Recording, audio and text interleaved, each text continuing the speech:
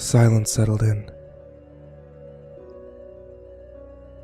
The creaks, the groans, the screams. It all stopped, and the quiet seemed to weigh heavier with every passing second as I sat there coddling my slashed foot. Nothing moved in the shadows, nothing malicious, cryptic, or compelling, nothing beckoning. The air remained still, and the eerie sense of an anonymous something's patient amusement surrounded me, suffocating me. Whether a terrible fever dream or some twisted perversion of reality, the nightmare around me obviously had no intention of progressing until I made the next move. Whatever it was had grown tired of prodding and provoking, deciding instead to stand back and observe the effects of my torment. It wanted to see what I would do next, how I would cope with such a hopeless predicament, or if I would simply break. I would ordinarily say that entertaining the idea of some faceless, formless entity, let alone an ominous it, paints a portrait of textbook dissociative identity disorder. Then again, how many of those afflicted ever question their sanity? How many actually resisted the idea of their lingering other? The question didn't justify the implication of reality by any means, but it did ring of something less explainable by reason. My fever was getting worse, and the pain in my foot was spreading, becoming a threatening numbness. Combined with my hunger, I wasn't going to last very long. I didn't like the idea of entertaining it at my expense, but I had to do something. I had to take care of the sickness if I wanted to survive, and the first aid kit in the emergency storage didn't have what I needed, so I chewed up a couple of painkillers, wrapped my foot in gauze, and hoped it would be enough to get me to the medical ward. Alternating between braving the pain of walking and the relative relief of crawling, I made my way through the remaining lengths of the corridor to the lower deck access elevator.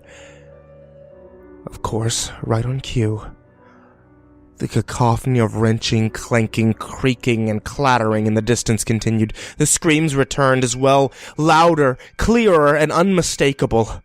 I attempted to outrun them, climbing down the elevator shaft's maintenance scaffolding and nearly falling to my death more than once.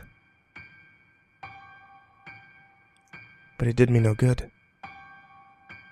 The hallucinations, if they were hallucinations, continued to grow worse. They became aggressive and deliberate. Soon, the voices were joined by flashing visions of human forms, and not always familiar, standing in the visible gaps between broken and open airlock portals, turning corners and slinking away into the shadows. At first, they appeared ordinary, if distant, but began to deteriorate, growing grotesque, uncanny, and unsettling.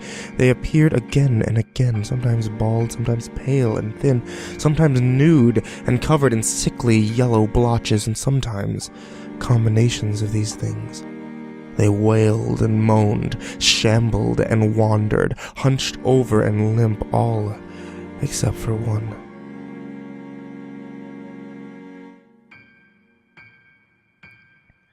At the far end of the corridor, just before the next intersection, stood a small, frail-looking girl. She was bald like the rest, nude and pale, and the entirety of her eyes were a deep, solid gray like polished coal. She stood silently and smiled at me, wordlessly daring me to follow as she turned the corner, and I heard her playful giggle echo from the walls. I was terrified, but I had come too far to turn back. Afraid of losing her, I bolted through the remainder of the hallway, shivering every time a cold hand brushed over my skin and my injured foot screamed with pain. I staggered to a halt and rounded the corner, only to find that she had disappeared. No doors lined that hallway. It was just a service tunnel, yet I found myself staring into over 100 meters of empty space. The last sound of her laughter still ringing at the far end. Confusion only gripped me for a matter of seconds before a flash of pain shot up my leg. The painkillers weren't working. I needed something stronger. The little girl would have to wait. My priority still lay in reaching the infirmary. I wasn't looking forward to patching myself up with my basic, less than impressive first aid field training, but it had to be done.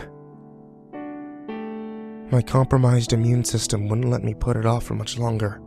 The pain had become unbearable, and each step opened the wound further. I took to hopping the rest of the way on my other foot, which came to an end when I landed on a steep angle of another upturned floor panel. I stumbled to the side as I fought for solid footing, and a painful snap sounded from my ankle. I wailed in agony, and my stiffened body felt like an overturned log. Through tears and breathless sobs, I shakily turned the flashlight on the sharp white of a compound fracture piercing my skin, and my brutally twisted foot trembled with the trauma. I rested my head against the unforgiving floor and resigned. There was nothing more I could do. The addition of the new pain had effectively left me paralyzed. I could hardly move, and there was no more denying it. I would die in those tunnels.